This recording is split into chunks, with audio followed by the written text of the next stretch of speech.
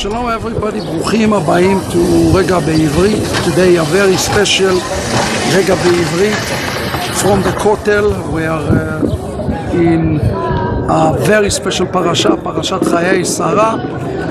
This week we are reading about the servant of the Lord who is sent on this heavenly journey all the way to bring a bride for Yitzchak.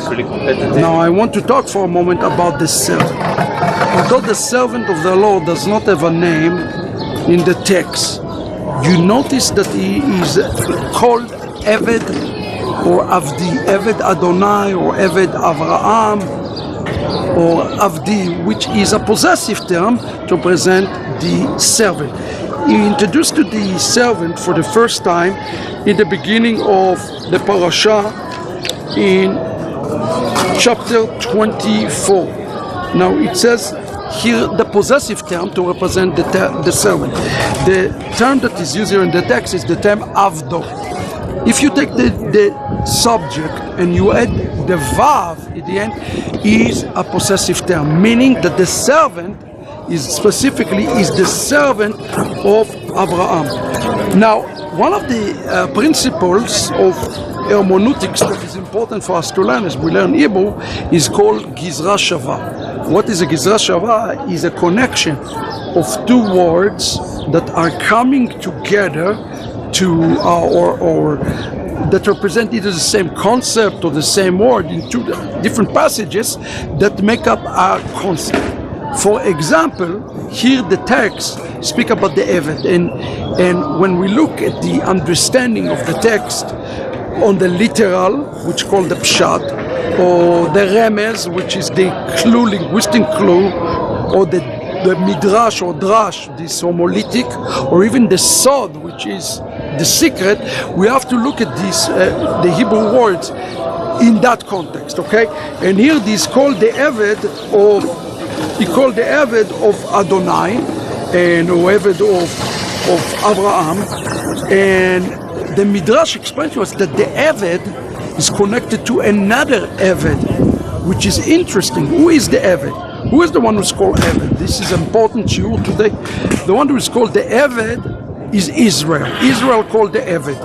Israel, for example, in Isaiah 41 verse 8, Israel Avdi. Israel is called the Eved, okay? That's number one. The other one who is called the Eved is Mashiach. For example, in Yeshayahu 52:13, we read, Inei yaskil avdi, yarum v'nisa, v'gava me'od. Behold, my servant will prosper, be exalted, lifted up. Who is the Eved of Adonai? Is Mashiach. Now, the question is always asked, who is the Eved of Isaiah 53? The Messianic says that it is Mashiach. Rabbis say that it's Mashiach, but it's not only Mashiach, it's also Israel. So who is actually right? The answer is all of the above are right, they are correct.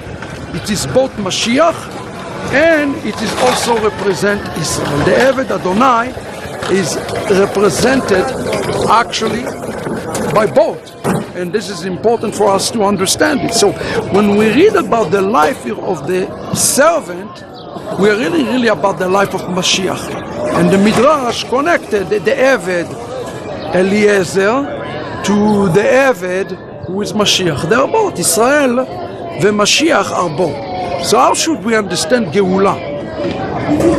We have to understand the Geula like this. This is very important. It is Eliezer, who is the servant of the Lord, who take Rivka, which is the Kala. The Kala represent in one level Israel, and he's bringing her to Yitzchak. Who is Yitzchak? Yitzchak represent the final Geula, the final marriage.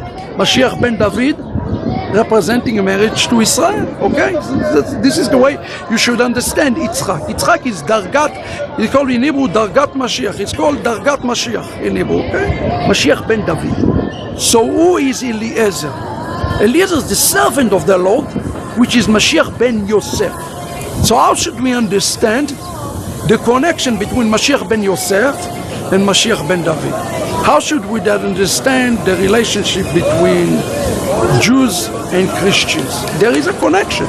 The two Mashiachim have to work. Ben Yosef and Ben David have to come.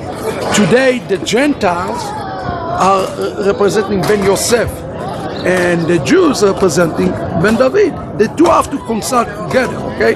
They have to. Now, how is he accepted? If Rivka representing the Kehillah, the community that married to Ben David, notice what happened here in the text in the Hebrew. It says, at the very end of the parasha, Vayavoa Yitzchak האוהלה, Sara imo, ויקח את רבקה, ותהי לו לאישה, ויאהבה, וינחם יצחק אחרי אמו. First of all, it's a shocking thing. It says that by bringing Rivka, he received comfort. He received comfort from Rivka. The idea is that Mashiach received comfort from us. It's a shocking concept that we all have to think about it. It says, Rachel, she's weeping, he's lamenting upon us today. So he's lamenting. Mashiach is lamenting until there is a wedding. Everybody understand it. Then number two, everybody have to understand in the text what's happening here. Ben Yosef, who is really in the story here, represent Eliezer, bring, we're missing this verse, look where it says, Vayesaper ha'eved leYitzchak, and the servant, Ben Yosef, tell the story to Ben David. In essence, Ben Yosef is the one who testify for about each and every one of us to Ben David. What is the connection between Ben Yosef and Ben David? Are one. They are one entity. Eliezer is the same entity with Yitzchak. They are one family. Okay? But he is the one who testify for him. This is exactly what he says in the Brit HaChadasha, that he is the one who testify for us. This word in Hebrew, Vayesaper, is an important word. He is the one who testify. Yesaper. He testify about the bride to him. And then the bride is being tested. He take her to the tent to see if she can bring light to the tent, because Sara died. You follow what is happening in the story here? He testify about us for Ben David, but Ben David going to be the one tested us. Everybody going to be judged before Ben David, and the only testimony that's going to matter in the last days is the one of Mashiach ben Yosef. This is the lesson for us today. Make sure that you have the good testimony with Ben Yosef, so that Ben David will take us to be his bride. God bless you. This is Regah בעברית. This week, שבוע טוב to all of you from the Kotel. להתראות חברים.